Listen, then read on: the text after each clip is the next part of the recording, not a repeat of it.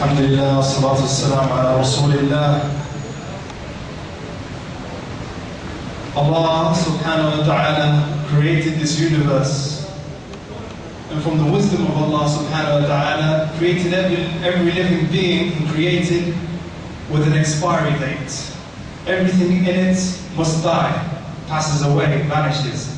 Allah subhanahu wa ta'ala says in His book, as to the meaning, the verse, everything in it vanishes, disappears, extinguishes.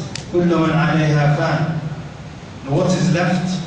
The face of Allah subhanahu wa ta'ala. Allah subhanahu wa ta'ala. Every created being has a specified term which they must meet. And Allah subhanahu wa ta'ala says, as to the meaning, say the death which you are running away from, which you are fleeing from, will surely come to meet you. No matter how much man tries to flee away from death, it is coming to meet him. One day, we must all meet that appointed term. And Allah subhanahu wa ta'ala gives us the answer. Where should we run to? فَفِرُّوا إِلَى اللَّهِ. We should run towards our Creator, Allah subhanahu wa ta'ala. The one who created us and sustains us, and the one whom we return to. Allah subhanahu wa ta'ala also describes the day of judgment. Where will everyone be running? The day where everyone will be running from their own family, from their brother, from their sister, from their mother, from their father, from their children, from their spouse. Running away from what? Running away from that great torment. And the day where every secret will be revealed. The day where a father will fear his daughter may come to him and ask for one good deed, for one hasanah to be taken away from his scale of good deeds. That's how mighty that day will be. So Allah subhanahu wa ta'ala has created this appointed term for us that everyone must meet. And the Prophet sallallahu alayhi wa sallam, he said the intelligent person is the one who is ready for his hereafter, who takes account for himself, brings himself to account before he is brought to account by Allah. This is the intelligent person. And how should we mourn ourselves? Everyone dies and the people mourn them. But we should mourn ourselves first.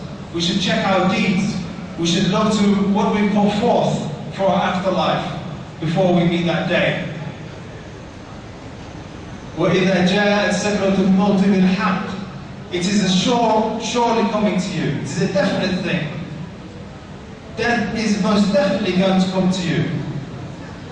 وَإِذَا جَاءَتْ سَكْرَةُ الْمَوْتِ بِالْحَقِّ ذَلِكَ مَا كُنْتُم مِّنْهُ تَحِيدٌ. This is what you are running away from. And also, Allah subhanahu wa ta'ala says, we shall test you by taking away what? Taking away, bringing you fear. Allah will test us with fear, Allah will test us with hunger, and taking away our provision and our lives, the lives around us.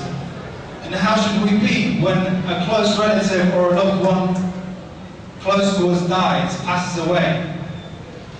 Allah subhanahu wa ta'ala says when we are tested with such things, we should be patient. وَبَشِّرِ الصَّابِرِينَ. And who are those patient ones? The ones that say, إِنَّا لِلَّهِ وَإِنَّا إِلَيْهِ رَاجِعُونَ. Verily, we are from Allah, and to Him we return. And to Him is our final return. What does that mean? Inna lillah means everything in our life is for Allah subhanahu wa ta'ala. Our worship, everything we think we own, it is all Allah subhanahu wa ta'ala. It is all the property of Allah, and it returns to Him. So, this is how those who are patient, Allah will reward them with their patience. And in the hadith of Anas ibn Malik said that the Prophet ﷺ said the people of prayer will be brought on Judgment Day, and the people of charity, and the people of fasting, and the people of Hajj, they will all be brought on Judgment Day. And those who are patient at the time of trial and tribulations will be brought, and they'll enter paradise with no bringing to account. They will not be brought to account. That's how mighty being patient is. And the story of the Sheikh recounted the story of Sulaim when their child died and her husband came back home.